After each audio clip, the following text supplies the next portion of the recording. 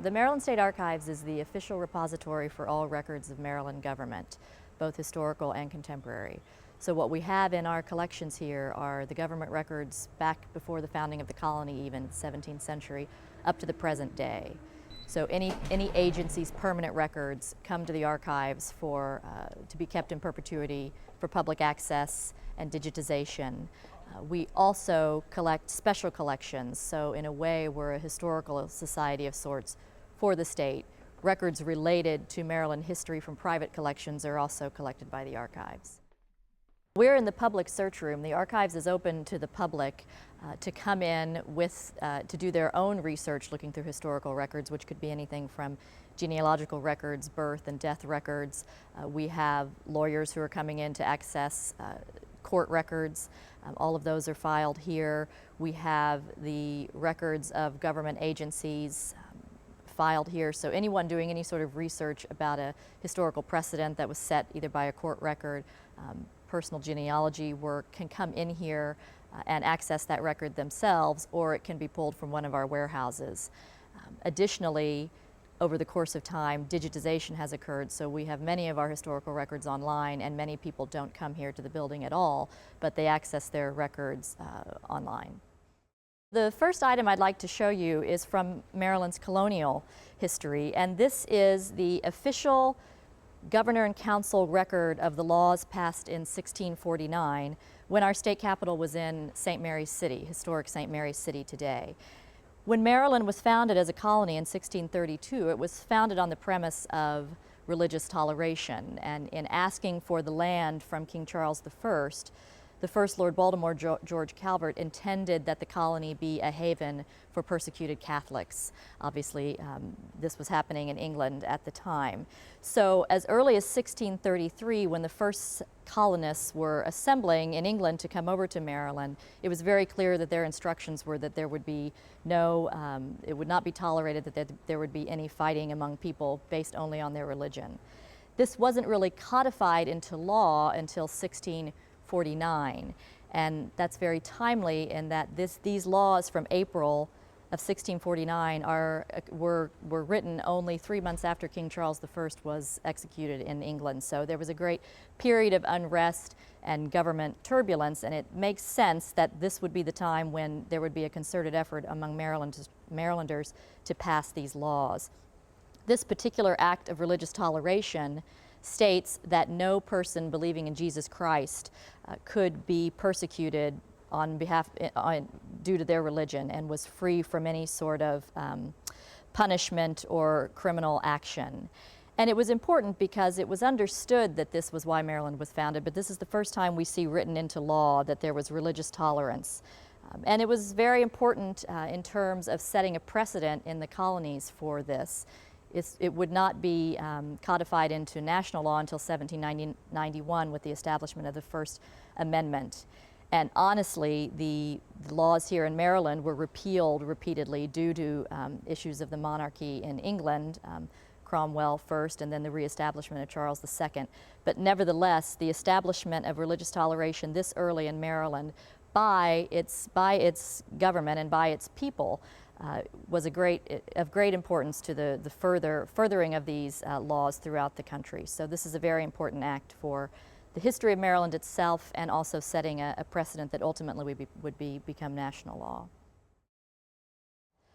The document that we're looking at now is extraordinary for many reasons, most important being it is a handwritten resignation letter of George Washington when he appeared before Congress in December 1783 and handed over the control of the military to the civilian government. In 1783, this was the end of the Revolutionary War. By this time, the victory at Yorktown had been completed. The peace negotiators were already in Paris negotiating the Treaty of Paris, and the Congress was meeting in Annapolis to really take care of the final business of the Revolutionary War. And one great piece of business was to have George Washington come to the city and resign his commission as Commander-in-Chief of the Continental Army. Now, it was known that Washington was planning to do this. The Congress expected him to do this, but the rest of the world really did not. George Washington was seen as the most powerful person in America.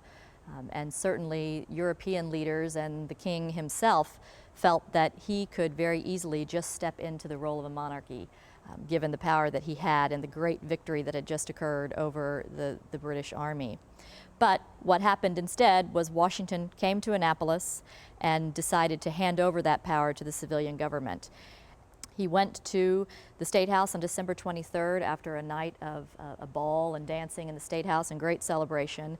And he rose in front of the Congress and held this piece of paper in his hand, handing over the power of the military to the civilian government. What's extraordinary to us is because it is written in his own hand and not transcribed ahead of time, you see his editing process, you see him writing through lines, finalizing his speech, all written in a beautiful cursive hand and all completely legible.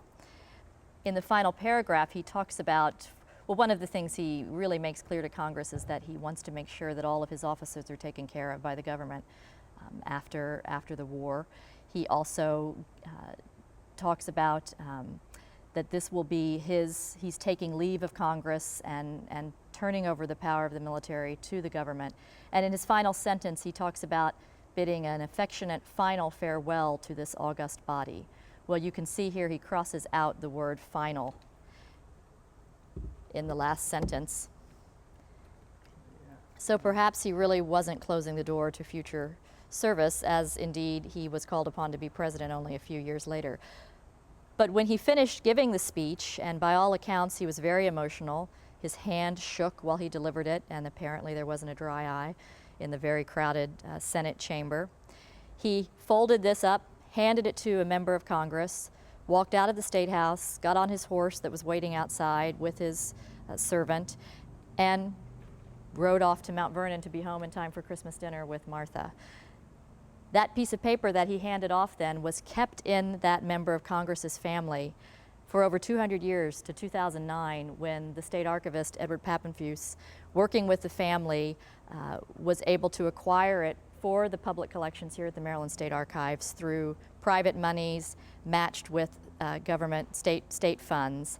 And it is now being prepared to be displayed permanently in the rotunda of the State House, so that everyone who comes to the State House will be able to see this seminal document in American history. I'm Maya Davis with the Maryland State Archives. I am a research archivist here at the Legacy of Slavery Department. And what we do is we try to document the lives of slaves within the state of Maryland by various counties, and over time kind of tell their stories. It's the untold story of Maryland. Some of the documents that we're going to look at today are ledgers, land records, and the Constitution of 1864. Okay, what are we going to look at first? The first thing we're going to look at is Ledger A, which is within our special collections here at the Maryland State Archives. And what it is a ledger that was kept by Aaron Anthony, who was Frederick Douglass's overseer at his master's home at Y Plantation in Talbot County. And what this is, it's a list of the slaves that were owned by Edward Lloyd in Aaron Anthony's ledger that he kept. This ledger actually showed different transactions that he made with different people over the years. And at the back of the ledger is a list of the Negroes here at Y Plantation. And at the bottom here, you see Frederick Augustus, son of Harriet, born February 1818. And this document is very important because it kind of gives us a date of Frederick Douglass's birth. And Frederick Douglass was kind of rock star of slavery. And so we have this here as a record. He always suspected that his birthday was February. He chose February 14th to celebrate his birthday. And so this kind of confirms what he said before in his narrative, and actually is an accurate date. We don't have the exact date within the month, but it's known that Douglass said his mother referred to him as her little Valentine. So he chose February 14th to celebrate. He was off by a year. He suspected that he was born in 1817. An item like this kind of humanizes Frederick Douglass. Frederick Douglass, like Harriet Tubman, has become kind of a superhero of the Underground Railroad and slavery. And this kind of brings him down to the level of other slaves that were in the state of Maryland.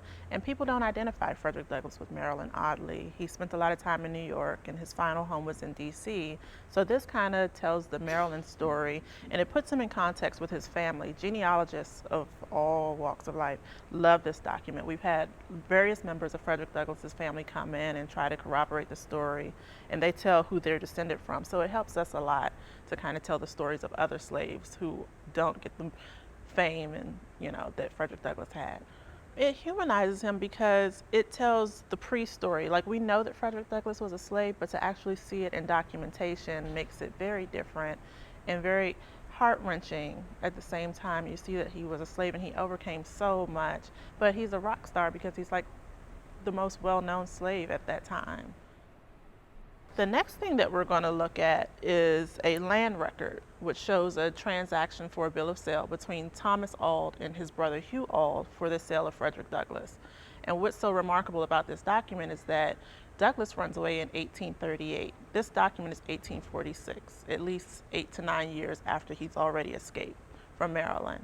And what you can look at here is the actual sale from Thomas Auld to Hugh Auld. And in the next page, where they actually mention Douglass by name, they call him Frederick Bailey, alias Douglass. And this is 1846. This is a year after his narrative comes out. So I suspect that they're probably preparing to try to recapture Douglass at this point. And you see things a lot of times in our records dealing with slaves who escape. And when their owners have identified them in other states, they usually kind of make transactions and make it the responsibility of a slave catcher, if you will, to go and retrieve the slave. So I'm willing to bet this has a lot to do with that. This document here is the Constitution of 1864, which is probably one of Maryland's most important documents. It's actually the document that frees slaves in the state of Maryland. Maryland was third after D.C. and the Confederate States. So it's really important because these slaves are freed long before the rest of the Union. And Article 24, which is a very small article within the Constitution, lays out the freedom of slaves in the state of Maryland. And it was ratified on November 1st, 1864.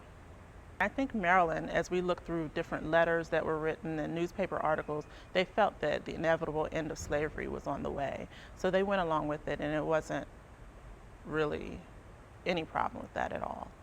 After Maryland, the states pretty much went up, and they did the same thing. We saw Delaware and Kentucky follow immediately, but those are two slave states that are near Maryland, so I imagine that the sentiments are very similar. So much of what an archives is collecting contemporary records that may not necessarily even be accessed for historical purposes for many other generations, but we're preserving for posterity all the record of government today, and it's a very involved process that becomes more and more difficult, if you will, by the idea that digitization is making records obsolete. And one of the real crises that archives are facing, including ourselves, is the ability to store records and have adequate storage space. For example, this building that we're in today is completely full. We have 4 warehouses with records stored off-site in various parts of the region. There's not enough space to house them all here, and one of the questions that continually comes up by budget analysts is, well, aren't all records being digitized now? Why do you need to keep a paper record? And I think something that you see around you today, it really points to why those paper records are so important. There's a lot of question about how digital records will even be accessed in the future. Will they be able to be accessed? If there is a paper record that goes with that, by saving it, you save something tangible that may have a longer lifespan than that digital record. So there's definitely a balance taking place in contemporary record keeping between what can be digitized and made accessible and preserved through images, but what also is very important to save physically so that it can be accessed again by people years and years from now.